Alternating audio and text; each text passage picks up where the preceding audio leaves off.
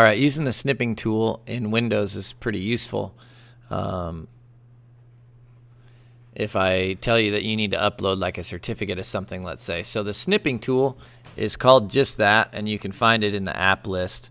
It's called the snipping tool. So you just come in here and you click New, and when you do that, it gives you this little crosshairs, and that allows you to find the thing that you want, click and drag. And essentially what it does is creates a screenshot of just that area that you have clicked and dragged. And then you can go ahead and hit save. You can save it into your Google Drive or wherever. Then you can upload that.